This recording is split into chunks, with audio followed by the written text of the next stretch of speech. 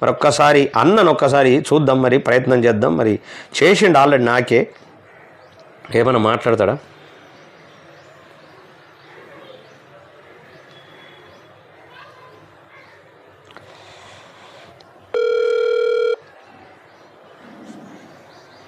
Good morning అన్నయ్య. నమస్తే నా బాగుంటారా? బాగున్నా, కానీ లైవ్లు ఉన్నారు, పర్వాలేదా? నేనేమన్నా క్వశ్చన్లు వేయచ్చా మిమ్మల్ని? Thank you very much. ఎందుకంటే సడన్గా మీరు ఫోన్ చేసిండ్రు, ఏదైనా వేరే పని మీద ఫోన్ చేసి ఉంటారు. డెఫినెట్గా లైవ్లు ఉన్నా కాబట్టి నాకు సడన్గా అరే మా అన్న సీనియర్ జర్నలిస్టు, తర్వాత ఉద్యమ నాయకుడు, తెలంగాణ ఉద్యమంలో కీలకంగా పనిచేసినటువంటి వ్యక్తి, అనేక అంశాల మీద పట్టున్నటువంటి వ్యక్తి కాబట్టి ఖచ్చితంగా మరి అన్నతోనే మనం ముచ్చట పెట్టొచ్చా అని మరి ఫోన్ చేసిన, మీరు ఆ అనుమతి ఇచ్చినందుకు, నాకు అవకాశం ఇచ్చినందుకు మీకు ప్రత్యేకమైన కృతజ్ఞతలు. ఏం లేదు, లైవ్లో ఉన్నారు మా వీకేఆర్ టీవీకి ఒక్కసారి, వీకేఆర్ టీవీలో ప్రజా అసెంబ్లీ, మరి ఆ అసెంబ్లీలో జరుగుతున్నటువంటి దుర్మార్గమైనటువంటి వ్యవహారాల్ని ఈ అసెంబ్లీ, ప్రజా అసెంబ్లీ ప్రజల దగ్గరికి, అంటే భగవంతునికి భక్తునికి అనుసంధానమైంది ఒక బత్తి, అగరబత్తి. ఏమన్నా అంబికా దర్బార్ బత్తి అంటే మళ్ళీ అది కమర్షియల్ అయిపోతుంది. అది ఒక అగరబత్తి భగవంతుడికి భక్తుడికి అనుసంధానంగా పనిచేస్తుంది, మంచి గమగమ ఇస్తుంది, సంతోషపరుస్తుంది. అటు భగవంతుని సంతోషపరుస్తుంది, ఇటు భక్తుని కూడా సంతోషపరుస్తుంది. కాబట్టి నేనేం చేసినానంటే ఆ అసెంబ్లీలో జరుగుతున్నటువంటి ముచ్చట్లు మా ప్రజా అసెంబ్లీలో రాజకీయ నాయకులకు ప్రజలకు మధ్యలో ఉండేటటువంటి ఒక బత్తిలాగా, ఒక అగరబత్తిలాగా పనిచేస్తున్నా వీకేఆర్ టీవీ ద్వారా. చెప్పండి. థ్యాంక్ యూ వెరీ మచ్ అన్న. మరి ఏం లేదు, ఒక్క మాట మిమ్మల్ని అడుగుతా ఉన్నా. ఇవాళ పంచాంగం అనేటటువంటి దాని మీద రేవంత్ రెడ్డికి ఆల్రెడీ పదవీ గండం ఉన్నది, అదేవిధంగా కేసీఆర్ మళ్ళా వచ్చే అవకాశం ఉన్నది, లేదా బీజేపీ కూటమి ప్రభుత్వం వచ్చేటటువంటి అవకాశం ఉన్నదని ఒక్కొక్క పంచాంగకర్త ఒక్కొక్క దగ్గర చెప్పడం జరిగింది. మరి దాని మీద మీరు ఏమంటారు అన్న? మీకు వీకేఆర్ టీవీ ప్రేక్షకులందరికీ కూడా నమస్కారం. నిన్నటి ఉగాది శుభాకాంక్షలు, ఈ రోజు రంజాన్ శుభాకాంక్షలు మీ అందరికి. థ్యాంక్ యూ వెరీ మచ్ అన్న. అన్న ఒకటి ఏంటంటే, నేను చెప్పేది రాజకీయ పంచాంగాల్ని మనం పెద్దగా పట్టించుకోవాల్సిన అవసరం లేదు. ఎస్, ఎందుకంటున్నా అంటే పంచాంగ కర్తలు వాస్తవంగా చాలా శ్రమించి కష్టపడి పంచాంగాన్ని రాస్తారు. ఎస్, దాన్ని చెప్పే విషయంలో చాలా కోణాలున్నాయి. ఎందుకు మాట అంటున్నా అంటే, ఇప్పుడు విష్ణు కిషోర్ గారికి చెప్పాలంటే విష్ణు కిషోర్ గారిని మేషరాశో కుంభరాశో అనుకుందాం. మేషరాశిలో కోట్ల మంది ఉంటారు. అవును. ఆ మొత్తం మేషరాశి ఒక ప్రభావాన్ని చూసుకొని నాకు ఇతనే జరుగుతుంది అనుకోవడం కరెక్ట్ కాదు. ఒకటి ఎందుకు కాదంటే, అట్లా కోట్ల మంది ఉంటారు, అందులో కొందరికి వివాహ యోగం ఉంటది అంటారు. మరి విష్ణు గారికి ఆల్రెడీ పెళ్లి లేదు కదా, మళ్ళీ వివాహ యోగం ఎక్కడిది? అవును అవును. అంటే ఊరికే నేను చెప్తున్నా, అట్లా కాకుండా ఎవరైతే జన్మ నక్షత్రము, పుట్టినటువంటి సమయము, ఆ క్లారిటీ ఇచ్చినప్పుడు వాళ్ళకి సంబంధించిన జాతకాన్ని వినండి చాలా. ఎందుకంటే సీనియర్ జర్నలిస్ట్ కపిల ప్రసాద్ అన్న చాలా విషయాల మీద అవగాహన ఉన్నటువంటి వ్యక్తి. ఎందుకంటే తెలంగాణ ఉద్యమంలో కీలకంగా ఉన్నటువంటి వ్యక్తి, ప్రతి అంశం మీద పట్టున్నటువంటి వ్యక్తి. కాబట్టి అన్న సారీ అన్న, ఎందుకంటే నేను ఆ చేతు పట్టుకుంటా కదా ఇట్లా ఫోను, అది స్విచ్ ఆఫ్ అయింది సడన్గా. థ్యాంక్ యూ వెరీ మచ్ అన్న, మళ్ళీ లిఫ్ట్ చేసినందుకు. కొనసాగించండి అన్న ఒక్కసారి. అయితే ఈ జాతకాల విషయంలో, పంచాంగం విషయంలో మనం బహిరంగ సభలలో, మీటింగులలో, పార్టీ కార్యక్రమాలలో చెప్పే వాటి గురించి పెద్దగా పట్టించుకోవచ్చు. ఎందుకంటే విష్ణు కిషోర్ గారిని ఇంటికి నేను వచ్చి చెప్తున్నప్పుడు విష్ణు కిషోర్ పాజిటివ్ అంశాలే చెప్తా, నెగిటివ్ అంశాలను మాట్లాడాలి. ఇంకో దగ్గర పోయి నెగిటివ్ అంశాలు మాట్లాడాలి. కాబట్టి ఇవన్నిటిని మనం పెద్దగా సీరియస్ గా తీసుకోవాల్సినటువంటి అవసరం లేదు. రాజకీయ పండితులు కూడా రాజకీయ కార్యక్రమాలకు పోయినప్పుడు ఈ అంశాలని పెద్దగా ప్రస్తావించడం కూడా సరికాదు. కరెక్ట్. కాబట్టి వాళ్ళు అంశానికి పండుగకు సంబంధించిన ప్రశస్తం గురించి, పండుగ గురించి చెప్పడమే మంచి తప్ప, ఆ పార్టీ అధికారంలోకి వస్తుంది, వీడు పోతాడు, వాడు ఉంటాడు, ఇట్లాంటి మాటలు వాళ్ళు మాట్లాడడం కూడా సరికాదు. దీన్ని వాళ్ళు కొద్దిగా పునఃసమీక్షించుకుంటే బాగుంటుందని నేను పంచాంగ పండితులను కూడా కోరుతా ఉన్నా. ఓకే అన్న. అయితే ఇంకొకటి అన్న, మరి అంటే నా అనాలిసిస్, సరే ఆయన పంచాంగ మాట పక్కకు పెడితే నా అనాలిసిస్ ఏంటంటే, వెనుక చూస్తే నొయ్యి, ముంగడ చూస్తే గొయ్యి. అంటే గత ప్రభుత్వం చేసినటువంటి తప్పిదాల వల్ల వెనుక చూస్తేనేమో ప్రజలకు ఒక నొయ్యిలాగా ఉంది, ముంగట చూస్తేనేమో ఈ రేవంత్ పరిపాలన వచ్చేసరికి ఈయన మాటలు తప్ప పెద్ద చేతలు మాత్రం కనిపించట్లేదు, గొయ్యి కనిపిస్తూ ఉన్నది. మరి రాబోయే రోజుల్లో బీజేపీ ప్రభుత్వం వచ్చేటటువంటి అవకాశం ఉందని చెప్పేసి పబ్లిక్లో టాక్ జరుగుతుంది, ఏమంటారు మీరు? నేను ఒకటే అన్నా, ఇప్పుడు రేవంత్ రెడ్డి గారు ఏం చెప్తా ఉన్నారంటే ఒక పెద్ద తప్పు మాట ఆయన మాట్లాడుతున్నారు. ఏమని ఇక్కడ పెద్ద సంపద ఉంటుందని వచ్చినా నేను అని చెప్పి ఒక మాట ఆయన వచ్చిన వెంటనే మాట్లాడి, అది ఎట్లా అనుకుంటాను? రాష్ట్ర అప్పే 8 లక్షల కోట్లు 7 లక్షల కోట్లు ఉందని ఎన్నికలలో ప్రచారం చేస్తుంది. అవును, ఇక్కడ సంపద ఉంటుందని ఎట్లా అనుకున్నావు? అవును, ఇప్పుడు నువ్వు ప్రచారమే ఈ రాష్ట్రాన్ని అప్పుల కుప్ప చేసింది ఈ ప్రభుత్వము, పూర్తిగా అన్యాయం చేసింది కాబట్టి మేము దీన్ని సరి చేస్తాము అని వచ్చినావు. అవును, ఇన్ని అప్పులుండగా కూడా నేను సంక్షేమ పథకాలు ఇస్తా, అభివృద్ధి చేస్తా, సంపద సృష్టిస్తాను.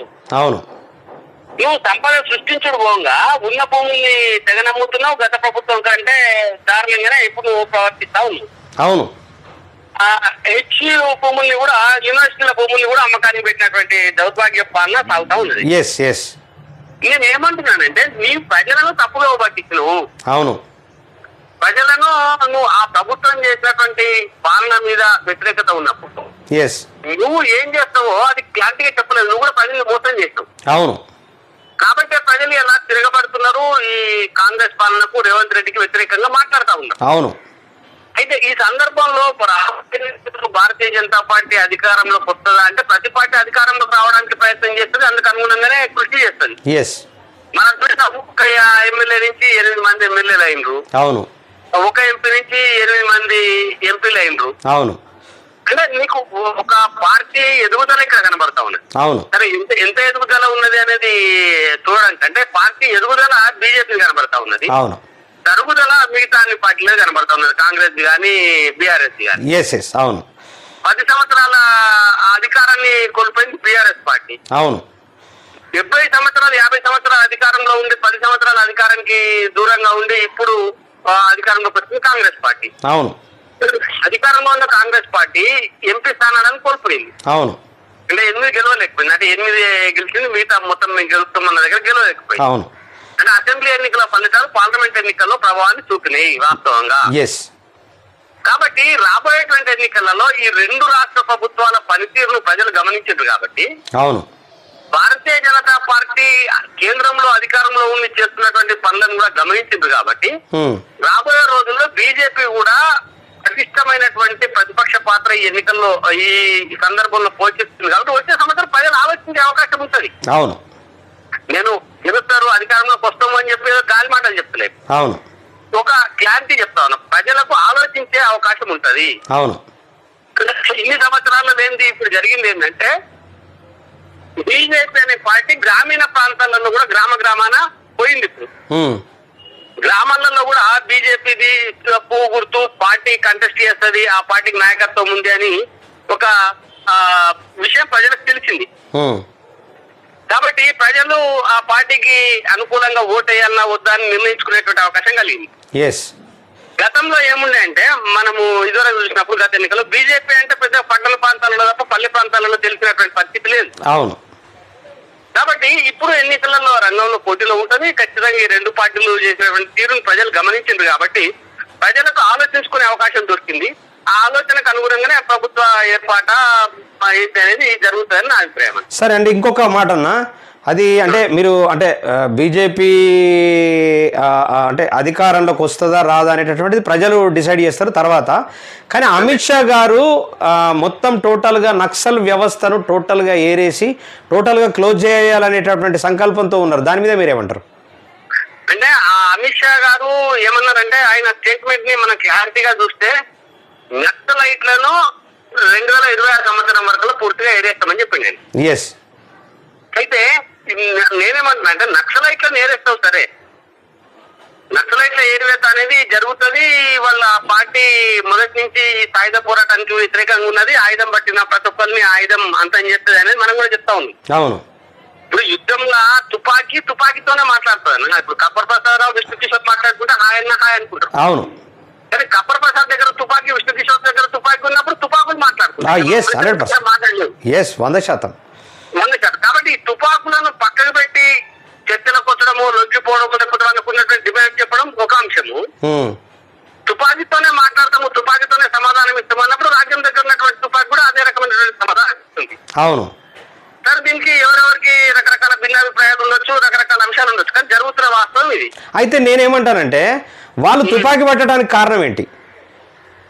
రకరకాల అంశాలు. ఇప్పుడు నేను అదే అంటా, ఇప్పుడు తుపాకీ పట్టడానికి కారణానికి కొన్ని అంశాలలో వాళ్ళు అనుకున్నది నిజం కావచ్చు, కొన్ని అంశాలలో వ్యతిరేకత కావచ్చు. ఇప్పుడు మనకు తప్పు జరుగుతుంది, పోలీసులు ఇబ్బంది పెడుతున్నారు, లేకపోతే ఎవడో భూకమాంధ్రుడు భూమి కబ్జా చేస్తున్నాడు అన్నంత మాత్రాన ఒక్కరిని చంపితే సమస్య పరిష్కారం కాదు కదా. అవును కాదు.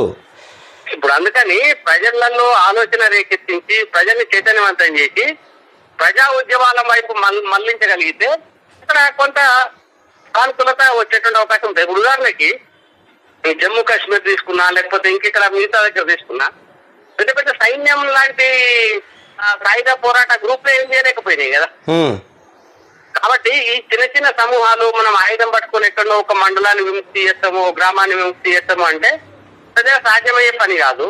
తర్వాత మీరు ఐడియాలజీ విషయానికి వచ్చినప్పుడు ప్రపంచవ్యాప్తంగానే ఈ కమ్యూనిజం ఐడియాలజీ ఉన్నటువంటి అన్ని దేశాలకు పోలిపోతున్నాయి. ఒక మన దేశంలో కాదు, మొత్తం ప్రపంచవ్యాప్తంగా కూడా వాళ్ళ ఐడియాలజీ బేస్ ఏదైతుందో అది డెవలప్మెంట్ అవుతుంది. ఉదాహరణ ఏంటంటే కొద్దిగా లెంత్ కావచ్చు, కానీ ఉదాహరణకి నాకు ఒక 10,000 మీకు ఒక 10,000 లోన్ తీసుకున్నామన్నా, మీ 10,000 మీరు దాన్ని చిన్న ఏదో పెట్టి దాన్ని 20,000 చేస్తారు, దాన్ని 50,000 చేస్తున్నారు. మీరు అవును కష్టపడ్డారు, తిన్నారు, తినలేదు, ఏదో రకంగా 20,000-50,000 చేసుకుంటారు. నా 10,000 నేనేం చేసినా, నేనేదో ఖర్చు పెట్టుకున్నా, ఇంకేదో చేసినా అయిపోయింది, రేపు బేకార్ అయినా. అప్పుడు మరి విష్ణు కిషోర్, కపర్ ప్రసాద్ రావు, విష్ణు కిషోర్ లాభపడ్డాడు, 10,000 లక్ష రూపాయలు చేసుకున్నాడు, 10 లక్షలు చేసుకున్నాడు. వాడు దోపిడీదారుడు అవుతాడా? అవును. ఈ 10,000 తిని తాగి ఖర్చు పెట్టుకుని బేకార్ అయిన కపర్ ప్రసాద్ రావు, విష్ణు కిషోర్ సమానం, ఇద్దరి శ్రమ ఒకటే, కానీ ఆయన లాభం ఉంది, నువ్వు ఈయన పొందలేదు అంటే అది దోపిడీకి పప్పియే కాదు కదా. అవును. ఇప్పుడు జరుగుతుంది అది. ఎవరైతే డబ్బు ఉన్నాడో, సంపాదించుకున్నాడో వాళ్ళందరూ దోపిడీదారులు అనే ఏదైతే ఆలోచన ఉందో అది ఎంతవరకు కరెక్ట్ అనే దాని మీద చర్చ జరగాలి. అవును, కరెక్ట్. ఇప్పుడు ఎవరైనా కావచ్చు, నేను దాన్ని ఒక అంశాన్ని దాన్ని చర్చ జరగాల్సినటువంటి అవసరం ఉంటుంది. అవును. తర్వాత మీరు అన్నారు భూస్వాములకు వ్యతిరేకంగా పోరాడతాం. ఇప్పుడు గతంలో ఉన్నట్టు వేల ఎకరాల భూములు ఎవరికి లేవు కదా. అవును. తర్వాత భూమి ఆదాయం, ఇప్పుడు హైదరాబాద్ లా ఒక గేట్ కుండే విలువ నా దగ్గర ఉండే 50 ఎకరాలకు రాదు. అవును. మరి నువ్వు ఇది 50 ఎకరాల మీద కొట్లాడుతా అంటావు, హైదరాబాద్ లో ఉండే కోటాను కోట్లు 100 కోట్లు ఉన్న మీద మాట మాట్లాడము అంటే కరెక్ట్ కాదు కదా. వాస్తవం ఏదంటే అటు ఇప్పుడు మొన్న కూడా గత ప్రభుత్వము 200 కాదు 500 ఎకరాలు ఉన్న వాళ్ళకి కూడా రైతు బంధు అనేటటువంటిది ప్రొవైడ్ చేస్తే ఇక ఎట్లా సమాజము పేద ప్రజలు మారుతారు, ఎట్లా పేద ప్రజలు వాళ్ళకు సరైనటువంటి తిండి దొరుకుతుంది, ఎట్లా వాళ్ళకు ఉద్యోగాలు దొరుకుతాయి. మొన్ననే మనం చూసినామన్నా, గత ప్రభుత్వం 10 లక్షల రూపాయలు దళిత బంధు ఇచ్చింది. అవును. ఆ 10 లక్షలు ఇస్తే నేను చాలా గ్రామాల్లో చూసిన ఒక ఇంట్లో ఒక 10 లక్షల్ని పంచుకున్నాను. అవును. 10 లక్షల రూపాయలు తీసుకొని వాటిని ఏదో ఉన్నాక అయిపోయింది. అవును. ప్రణాళిక లేకపోవడం వల్ల ఇప్పుడు ఉదాహరణకి నేను ఇందాక చెప్పింది అదే, ఇప్పుడు మల్లన్న సాగర్ కింద భూములు పోయినాయమ్మా. అవును. మనమే పోయినాం. ఒక్కొక్కరికి ₹1,00,00,000 వచ్చినాయి. అవును. ₹1,00,00,000 ఎట్లా వినియోగించుకున్నావు అని తెలియనప్పుడు అవును నువ్వు ఏం చేస్తావు వాడు. అవును. చాలా మంది కొందరు భూములు కొన్నారు, కొందరు కక్షలు కొని ఫెయిల్ అయినరు, కొందరు ఇంగ్లాండ్ పెట్టి ఫెయిల్ అయింది. పాపం మంది భూమి వెళ్ళి చేతిలో పైసలు వెళ్ళి రోడ్డు మీదకి వచ్చిన చాలా మంది ఉన్నారు. ఎట్లయినా డబ్బులు ₹1,00,00,000 రావచ్చు, కానీ నష్టం అయితే జరిగింది 100%. నేను అనేది ₹1,00,00,000 వచ్చినా దాన్ని వినియోగించుకోవాలి అనేటువంటి ఒక సిస్టమ్ వాళ్ళకి చెప్పనప్పుడు, వాళ్ళకి తెలియనప్పుడు, అవును, నువ్వు తెలిసిన పని వ్యవసాయం. అవును. వ్యవసాయం తీసేసి ₹1,00,00,000 ఇచ్చి పోరా అంటే వాడు ఏం పోతాడు. అవును. వానికి అసలు యాక్చువల్లీ జాగలే, ఎక్కడైనా భూములు ఇస్తే అయిపోయేది. భూములు ఇచ్చి నువ్వు వ్యవసాయం చేసుకో, నీకు ఇట్లుంటది అని చెప్పి దానికి కనిపిస్తే అయిపోయేది కదా. కరెక్ట్. ఇప్పుడు ఆడ కూలి పని చేసుకునేటోళ్ళన్నా, అవును, వాళ్ళని తీసుకొచ్చి నువ్వు గజ్జోల పక్కన ఇంటి కట్టి ఎక్కడ వాడు ఇచ్చివి. అవును. మనకి కూలేడ దొరకాలి, వాడు ఏడికి పోవాలి. అవును. ఇప్పుడు మనకి పార పని రాదు, నాటేసే పని వస్తుంది, భూమి దున్నే పని వస్తుంది. అవును. నువ్వు వాళ్ళని తీసుకొచ్చి కాంక్రీట్ జంగిల్ లేచి బతుకుపో అంటే వాడు ఏడికి పోవాలి కూలికి. అవును. అవును. అవును.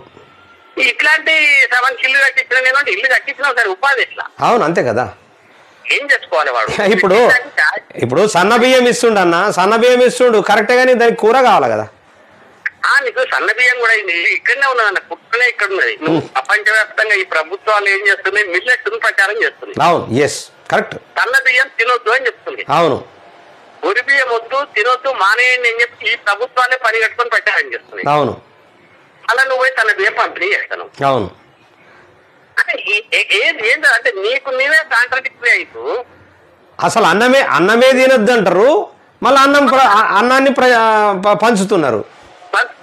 ఎస్, అంటే నీకు ఎక్కడైతే బియ్యం అమ్ముడుపోక మిగిలిపోయి ఉంటున్నాయో వాటిని పేదోనికి ఇచ్చి గొప్ప ఏది మనం ఇంట్లో కదా ఫంక్షన్ చేసుకున్న తర్వాత అన్నం మిగిలిపోతే అందరికి పిలిచి పెద్ద అన్నదానం చేసిన అని చెప్పుకుంటూ చూసినావా? అవును, విషయం అట్లయిపోయింది ఇప్పుడు. అవును, అవును, ఎస్ 100%. ఎందుకంటే గతం ఇప్పుడు వాళ్ళు ఏంటంటే వాస్తవానికి అమ్ముడు పోకపోవడం ఒక రకంగా అయితే, సరే సన్న బియ్యము నిజంగా ఎన్ని రోజులు ఇస్తారు అనేటటువంటిది కూడా ప్రధానమైన అంశంగా ఉన్నది ఇప్పుడు ఇక్కడ. మిల్లెట్ పండించాలి, మిల్లెట్ తినాలి, ఆరోగ్యం అని చెప్తూ అవును బియ్య పంపిణీ కార్యక్రమం పెడుతుంది. అంటే ప్రభుత్వం కాంట్రాడిక్టరీ ఉంది, ఒక దాంట్లో ఒకటి కరెక్ట్ గా లేదు. నువ్వు ఇదే విషయంలో బియ్యం బదులు నువ్వు ఒక 3 నెలలు 4 ఏళ్ళు అందరినీ రావులు సజ్జలు జొన్నలు పండించండి, నువ్వు పంపిణీ చేయి. అవును, ఇప్పుడు 130 కిలో ఉన్నటువంటి రావులో సజ్జలు 40 రూపాయలకు 50 రూపాయలకు అయ్యి. అవును, అందరు తినడానికి ఉపయోగపడుతుంది కదా. కాబట్టి అనేక రకాల అంశాలని చర్చల ద్వారా కూర్చొని పరిష్కరించుకోవడం ద్వారా జరగాలి. వాస్తవం ఇవన్నీ జరగట్లేదు. ప్రభుత్వాలు ఎంతసేపు వాళ్ళు మేం చేసినా గొప్ప అనే పద్ధతులలో ఉన్నారు. అది పోవాలి. అవును, ఇప్పుడు గతంలో నేను చాలాసార్లు చెప్పిన మా వీకేఆర్ టీవీ ద్వారా ఒక్కొక్క రంగం నుంచి ఒక 50 మందినో 100 మందినో పిలిచి కూర్చొని మాట్లాడి చర్చించి ఎట్లా చేస్తే బాగుంటుంది అనే దాని మీద పోతే సస్యశ్యామలంగా తెలంగాణ రాష్ట్రం ఉంటుంది. అసలు ఎవరికి వాడే యమునా తీరే అన్నట్లున్నది అనమాట. అదే జరుగుతుంది. అట్లా జరగకుండా ఉండాలంటే ప్రభుత్వము కొంత ఆలోచన చేయాలి. ఇప్పుడు అధికారంలోకి వచ్చిన తర్వాత ఎన్నికల వరకే రాజకీయ పార్టీలు అన్నారు. అవును, ఎన్నికలకు వచ్చిన తర్వాత ముఖ్యమంత్రి రేవంత్ రెడ్డి గారు బీజేపీ వాళ్ళకి ముఖ్యమంత్రి, కాంగ్రెస్ వాళ్ళకి ముఖ్యమంత్రి, అందరికీ ముఖ్యమంత్రి, ప్రజలకు కూడా ముఖ్యమంత్రి. కాబట్టి ప్రజానీక సంక్షేమం విషయంలో ఆలోచన చేయాలి తప్ప దీనివల్ల మా పార్టీకి ఎంత మేలు జరుగుతుంది అనేది ఆలోచన చేయాలి. అసలు ఒకటన్నా ప్రజలకు ఎంతవరకు సంక్షేమంగా చెయ్యాలనే కోణంలో ఆలోచిస్తే నీ ప్రభుత్వమే బాగుంటది కదా. సమస్య లేదు. ప్రజల సంక్షేమం నువ్వు ఆలోచించి ప్రజల కోసం నువ్వు పాటుపడ్డప్పుడు ఖచ్చితంగా ప్రజలు నీ వైపే ఉంటారు కదా. అది ఆలోచించకుండా ఇష్టం ఉన్నట్లు ప్రవర్తిస్తాం. ఏ ప్రభుత్వమైనా కొన్ని మంచి కార్యక్రమాలు చేస్తుంది, కొన్ని అనాలోచిత కార్యక్రమాలు చేస్తుంది. కానీ ప్రతిదీ చెడిపోయి అన్నింటినీ తుడిపేస్తాం అనేటువంటి ఇది కూడా కరెక్ట్. ఉదాహరణకి ఎందుకంటే అంత ప్రజల డబ్బు కాబట్టి ప్రజల డబ్బు వినియోగించినప్పుడు చూసి అడిగేయాలి. అవును, ఇప్పుడు దీంట్లో మన తమిళనాడు ముఖ్యమంత్రి స్టాలిన్ అంతకుముందు ఏఐడిఎంకే ప్రభుత్వము జయలలిత ఫోటోలు ఉన్న స్కూల్ బ్యాగుల్ని పంపిణీ చేసింది అందరికి. అవును, అవును. గవర్నమెంట్ పడిపోయి స్టాలిన్ ప్రభుత్వం వచ్చిన తర్వాత ఆ బ్యాగులన్నీ ప్రభుత్వం దగ్గర పడుతుంటే ఆ బ్యాగులనే పంపిణీ చేసిండు. ఈయన బొమ్మ వేసుకోలే, జయలలిత ఫోటో ఉన్న బ్యాగులనే అది కూడా ఇచ్చేసింది పిల్లలందరికీ. ఎందుకంటే అది ప్రభుత్వం ప్రజలకి సొమ్ము కదా, కొన్ని 100 కోట్లు వేస్ట్ అయిపోతాయి కదా వాటిని తీసేస్తే. ఇప్పుడు ఆ రకంగా కాకుండా గత ప్రభుత్వం చేసిన మంచి పనులను కొనసాగిస్తూనే నువ్వు కొత్తగా ఏదైనా చేయదలుచుకుంటే చేయాలి. నీ పార్టీకి సంబంధించిన అంశాన్ని ప్రజల్లోకి తీసుకుపోయేటువంటి కార్యక్రమాన్ని చేపట్టాలి తప్ప 100% ప్రతిదీ మార్చేస్తా అనేటువంటి ప్రక్రియ ఏదైతుందో అది కరెక్ట్ కాదనేది నా అభిప్రాయం. తర్వాత ఇంకొకటన్నా విద్యా ఆరోగ్యం మీద తెలంగాణ రాష్ట్రంలో విద్యా ఆరోగ్య పరిస్థితి ఎట్లా ఉన్నది అనుకుంటారన్నా మీరు చూసిన దాన్ని బట్టి? అన్న గత ప్రభుత్వానికి ఈ ప్రభుత్వానికి పెద్దన మార్పు అయితే ఏం లేదన్న, పెద్దగా కమిషన్ లేయడం తప్ప విద్యా ఆరోగ్యం విషయంలో పెద్దగా మార్పు ఏం కనబడతలేదు. ఎందుకు కనబడతలేదంటే ఇక్కడనే కదన్నా జాతీయ స్థాయిలో కూడా విద్య ఆరోగ్యం అన్నది ఉచితంగా లభించాల్సినటువంటి అంశం. నువ్వు ఎప్పుడైతే విద్య ఫ్రీ ఎడ్యుకేషన్ అని ఎందుకంటున్నానంటే నాణ్యమైనటువంటి ఉచిత విద్య అన్న. ఉచిత విద్య అంటే ప్రభుత్వ పాఠశాలలు పెట్టినా మిమ్మల్ని ఫోన్ చూడొద్దు అంటాడు, ఎందుకు ప్రైవేట్ పంపుతున్నారు అని అంటాను. మీకు అసలు ప్రభుత్వ పాఠశాలలో సరైనటువంటి సౌకర్యాలు, ఖచ్చితమైనటువంటి విద్య వస్తుంది, నాణ్యమైనటువంటి విద్య వస్తుంది అనేటువంటి అభిప్రాయం ప్రజలకు వచ్చినప్పుడు ఖచ్చితంగా పంపుతారు. ఇప్పుడు ఉదాహరణకి ఉస్మానియా యూనివర్సిటీ ఉంది, జేఎన్టీయూ ఉంది, ఇవి ప్రభుత్వ పరంగా నడిచేటువంటి విశ్వవిద్యాలయాలు వాటికి కాంపిటీషన్ నీకు అందులో జైన్ కావాలంటే నువ్వు ర్యాంక్ వస్తే తప్ప జైన్ కాని పరిస్థితి కదా. 100%. మరి అక్కడ యూనివర్సిటీలో పోయినప్పుడు ప్రభుత్వ వాటికి పోతున్నారు, మరి ప్రాథమిక విద్యలో ప్రభుత్వం వాటికి ఎందుకు పోతలేరు? అవును వాస్తవం చేయాలి కదా. కరెక్టే. ఇలా ఓయిలో సీట్ రావడమో జేఎన్టీయూలో సీట్ రావడం అంటే ఒక ప్రైడ్, అరే నేను జేఎన్టీయూలో చదువుకున్నా అని చెప్పుకుంటాడు. 100%. నువ్వు అక్కడ ప్రభుత్వ విద్య ఓకే అక్కడ ఫలితాలు ఇస్తున్నప్పుడు గ్రామీణ ప్రాంతాలలో ప్రాథమిక విద్యలో ఎందుకు ఫలితాలు ఇస్తలేదు? అవును, వీటిలో చర్చ జరగాలి. తర్వాత మొత్తం వాళ్ళే కదన్నా, మొత్తం టోటల్ గా ఉన్నటువంటి విద్యాలయాలు కావచ్చు, అటు హాస్పిటల్ కావచ్చు, మొత్తం కార్పొరేట్ వ్యవస్థ అంతా కూడా వాళ్ళ ఆధీనంలో ఉన్నది కదా రాజకీయ నాయకులు. అదే చెప్తున్నా కిషోర్. ఇప్పుడు ఏంటంటే నీవు ఎప్పుడైతే పాఠశాలల్ని ఒక అంటే మనం మాటలుగా తయారు చేయకపోవడం వల్ల అవును నువ్వే పాఠశాలలో ఏం చేస్తున్నావు, మన గురుకుల పాఠశాలలు బాగా ఉంటాయి, అవును, గ్రామీణ పాఠశాలలు బాగుంటాయి. అంటే ప్రభుత్వ పాఠశాలలన్నీ 2 రకాలు చేస్తున్నావు కదా. కరెక్ట్. నువ్వు ఊట పాఠశాల బాగుండదు భయ, పలానా గురుకుల పాఠశాల అత్యంత బ్రహ్మాండంగా పెట్టావు. నువ్వు ఎందుకురా భయ గురుకుల పాఠశాల అత్యంత బ్రహ్మాండంగా పెట్టామని నువ్వు చెప్పుకున్నావు అంటే గ్రామీణ పాఠశాల బాగాలేదని నువ్వు అంగీకరించినట్టే కదా. అవును, అంతే కదా. నువ్వు గురుకుల పాఠశాలకేమో ఎంట్రన్స్ పెట్టి టెస్ట్ పెట్టి పిల్లల్ని తీసుకుపోయి అక్కడ పైరవీలు చేసి గురుకుల పాఠశాలలో జాయిన్ చేసే స్థాయి ఉన్నప్పుడు గ్రామీణ పాఠశాలను ఎందుకు నిర్లక్ష్యం చేస్తున్నావు? నీ ప్రభుత్వంలోనే ఉన్న పాఠశాలల్లో రకరకాల పాఠశాలలు ఇప్పుడు 3 చెప్పుకున్నాం మనం. గురుకుల పాఠశాలలు బాగుంటాయి, రెసిడెన్షియల్ స్కూల్ బాగుంటాయి, గ్రామీణ ప్రాంతాల్లో ఉండే స్కూల్ బాగుండదు, యూనివర్సిటీలు బాగుంటాయి, మిగతా విద్యాలయాలు బాగుండవు. డిగ్రీల చేరడానికి పిల్లలు ఇంట్రెస్ట్ చూపుతలేరు. ప్రభుత్వ డిగ్రీ కళాశాలల ప్రభుత్వ ఇంటర్మీడియట్ కళాశాలలో చేరడానికి ఇంట్రెస్ట్ చూపుతలేరు. అదే నువ్వు పీజీకి వచ్చేసరికి ఉస్మాన్ యూనివర్సిటీకి పోతా అంటాడు, లేకపోతే జేఎన్టీయూకి పోతా అంటాడు. ఏంటి కారణం అంటే జేఎన్టీయూ లేకపోతే మిగతా వాటి కాంపిటీషన్ లో ప్రైవేట్ తట్టుకోలేకపోతున్నాయి. వీటిలలో ప్రైవేట్ ఇవి తట్టుకోలేకపోతాయి. కాబట్టి ఈ పాఠశాల విద్యా వ్యవస్థను సమూలంగా మార్పు చేసి అంతటా నాణ్యమైనటువంటి విద్య అందిస్తాము అనేది అనుకుంటే ఖచ్చితంగా పాఠశాలలు బాగుపడతాయి. 100%. ఇదన్నా నా ఉద్దేశం. అందుకనే ఫ్రీ ఎడ్యుకేషన్ ఉండాలి. హాస్పిటల్స్ కూడా ఇప్పుడు నేను గతంలో కూడా చెప్పిన అన్న, రేవంత్ రెడ్డి గారికి ఏమన్నా అయిందనుకో, గతంలో అయితే కేసీఆర్ ఏమన్నా అయితే యశోదకు పోతుంది, యశోదని ప్రమోట్ చేస్తుండే. అవును, నేనేమంటున్నా నీకేమన్నా అయితే నువ్వు గాంధీకి పో. అవును, అంతే కదా.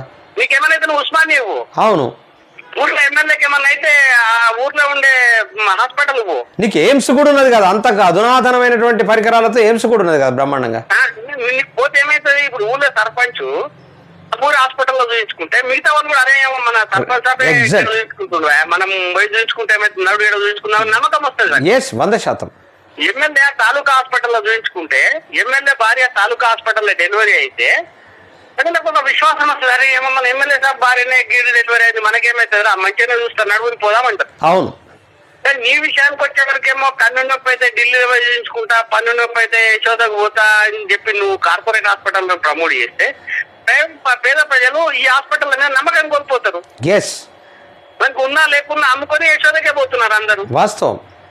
నువ్వు ఎప్పుడైతే అంటే అన్న ఈ బెట్టింగ్ యాప్లకు ప్రమోట్ చేసేటోళ్ళను ఎట్లయితే నువ్వు జైలు చేసినావు కదా, అవును, మరి యశోదను బిశోదను ఈ హాస్పిటల్ ప్రమోట్ చేసేటోళ్ళని ఎందుకు వేస్తారు? అవును, ఇయ్యాల కంపల్సరీ.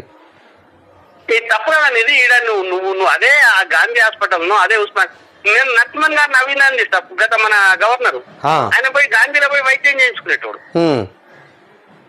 ఇది జరగాల్సినటువంటి అవసరం ఉన్నది. ప్రభుత్వ ఇన్స్టిట్యూషన్స్ మీద ప్రభుత్వమే ప్రజలకు నమ్మకం కలిగాలి. 100%.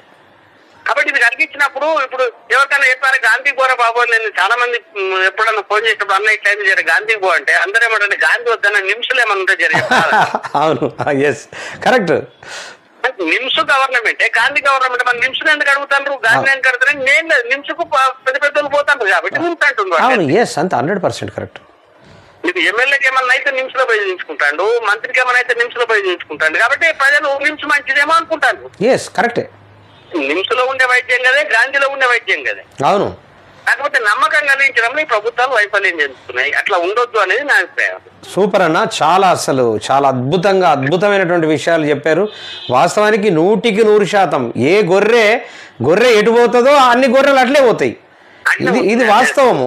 అంత స్పష్టంగా నిజంగా మీకు హ్యాట్సప్ అన్న, చాలా అద్భుతంగా ఎనాలిసిస్ చెప్పారు. వాస్తవానికి ఇది ప్రజలు కూడా తెలుసుకోవాలా, ప్రజలు కూడా వాళ్ళు ఏ దారి పోతున్నదో ఆ దారి మనం పోదాం అనేటటువంటిది కూడా మర్చిపోవాలి. వాస్తవానికి మన దారి మనకు ఎన్నుకోవాలా, వాళ్ళ దారిలో మనం పోవద్దు అనేటటువంటిది కూడా ప్రజలు తెలుసుకోవాల్సినటువంటి అవసరం ఉన్నది. ఏదేమైనప్పటికన్నా లైవ్కి వచ్చి చాలా విషయాలు చెప్పారు. ఎందుకంటే మీకు రాష్ట్ర వ్యాప్తంగా తిరిగినటువంటి అనుభవం ఉన్నది. మా తర్వాత జర్నలిజంలో మంచి సీనియర్ జర్నలిస్టు మీరు, అన్ని రకాల మీద మీకు అవగాహన పట్టు ఉన్నది. తర్వాత ఉద్యమంలో కీలకంగా ఉన్నారు, ప్రతి విషయం మీకు తెలుసు. థ్యాంక్ యూ వెరీ మచ్ అన్న. ఈరోజు మా వీకేఆర్ టీవీకి లైవ్కి వచ్చి చాలా విషయాల మీద ప్రజలకు కనువిప్పు కలిగే విధంగా చెప్పినందుకు, అటు రాజకీయ నాయకులకు కూడా కనువిప్పు కలిగే విధంగా చెప్పినందుకు థ్యాంక్ యూ వెరీ మచ్ అన్న. ఓకేనా, థ్యాంక్స్ అన్న. థ్యాంక్ యూ వెరీ మచ్ అన్న. నేను మళ్ళీ మీకు ఫోన్ చేస్తా. ఓకే, థ్యాంక్ యూ అన్న. ఇది కపిర ప్రసాద్ అన్న చాలా విషయాల మీద చాలా అవగాహన కల్పించారు. వాస్తవానికి వీకేఆర్ టీవీ, ప్రజా అసెంబ్లీలు ఇవి చాలా అవసరం. ఇవన్నీ మనకు చాలా అవసరం. ఎందుకంటే ప్రజలకు మనం ఎటువైపు ఏం చూపెడుతున్నాం అటువైపే ప్రజలు పోతారు. ఇది వాస్తవము. అందుకోసమే ప్రజా అసెంబ్లీ అనేటటువంటిది మనం తీసుకెళ్తున్నాం. అన్న చెప్పినటువంటి ఆలోచన ఏదైతే ఉన్నదో ఆ ఆలోచనకు ప్రతిరూపమే ప్రజా అసెంబ్లీ.